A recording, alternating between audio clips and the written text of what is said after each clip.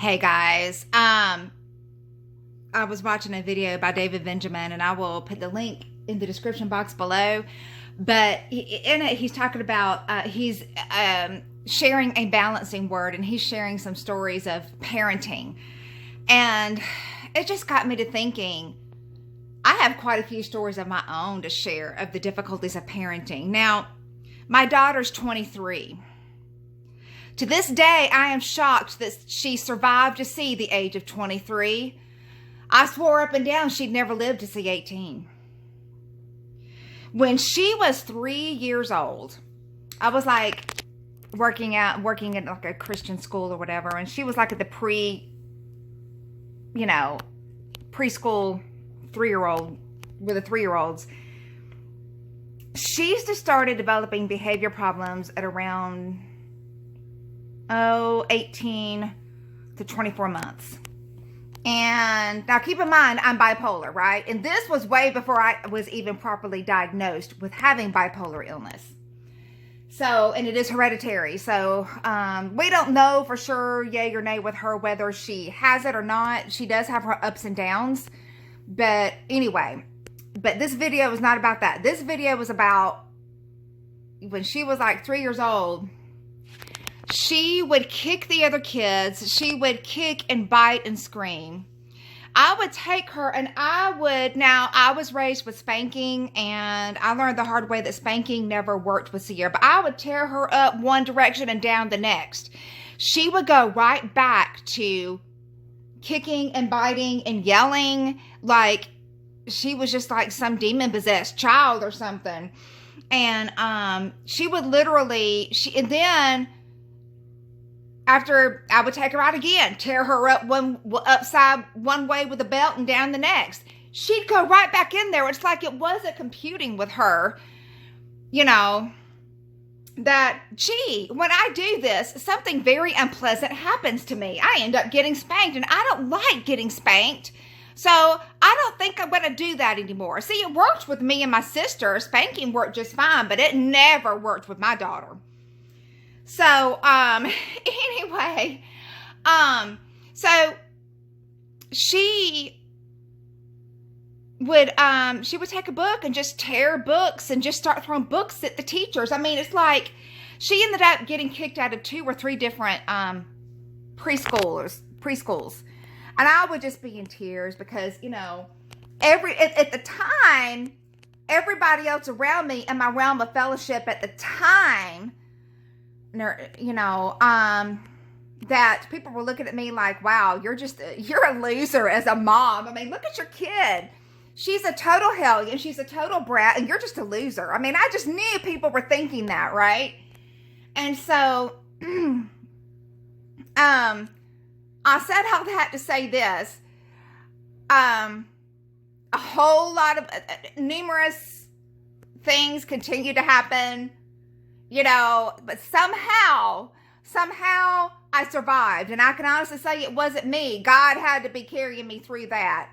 And what I realized, she's 23 now, is looking back, it took God 23 years to tear me off of my high horse and to realize that I am nothing without him. That my flesh, the totality of which is the totality of who I am, both good and bad, apart from the Spirit of Christ in me. That even the seemingly so-called good desires that I had to raise her up, to not act out in certain ways, that was all crucified. All of my efforts, in retrospect, I'm looking now, here I am, and I'm looking back, and in retrospect, 2020, let's see, what do they call it? Oh gosh, what am I saying? Retrospect is 2020. I forget. My mind's drawn a blank. But anyway, in retrospect, I had this clarity that, yeah, even if people did think that, and I'm sure some people did think that of me as a mom, as a loser, and as my kid is just like an incorrigible kid that was probably demon possessed, that my reputation was already crucified. I didn't know it at the time. All of my efforts to discipline her were already crucified. That I mean, gosh, I mean, if I knew then what I know now about my identity in Christ and resting in Christ, and had I known then the correct diagnosis of my issues of being bipolar and being on the proper medication, who knows how differently things might have turned out. But I said all that to say this. By the miracle of God himself, here she is, and she has survived to see the age of 23, and she's still here, and I'm still here. And we've had many a discussion, her and me, she and I, about the past, and we've talked about if she, down the road she gets married and has kids, she's like, Mom, I don't know what I'm going to do if I have a child that was like I was. What on earth am I going to do? I said, well, you and I are going to pray ourselves, not pray ourselves. We're going to pray through. We're going to pray that God carries us through it. And by the grace of God, I told her, I said, I pray that you would be a better parent than I ever was, and she's like, well, I'll definitely need if I have a kid like I was, I'm going to need your prayers, Mom. I say, of course, I said, we don't know what's down the road, but yeah, if you end up having a kid that's like you, that's even half as bad as you were, yeah, we just know that the Lord's going to get us through it somehow, some way. He got you through it and he got me through it, and here we are standing here today, and we both live to tell the tale. So, but I just want to, if there are any parents of young kids out there, I get it. I was that parent of that one kid in the whole school that was the worst troublemaker of them all. And you got to keep in mind, when I was in school, I was perfect. Even though I was bipolar, I just so happened to choose things that were socially acceptable. Like I chose to pour myself into books and make good grades. And all throughout elementary school, middle school, high school, I was virtually a straight A student. When I clept like over a year's worth of college credit via AP testing and CLEP testing, right? I was the bookworm, and I seemingly had it all together, and I never went to the principal's office, ever. So looking back, the Lord gave me the child that he knew I needed to bring me to the end of myself. And my flesh was so strong that it took 23 years for him to do it. But God is faithful, who will also do it. And he's the one that did it. He's the one that brought me to the end of myself. And I wouldn't trade where I am now for all the parenting accolades in the world,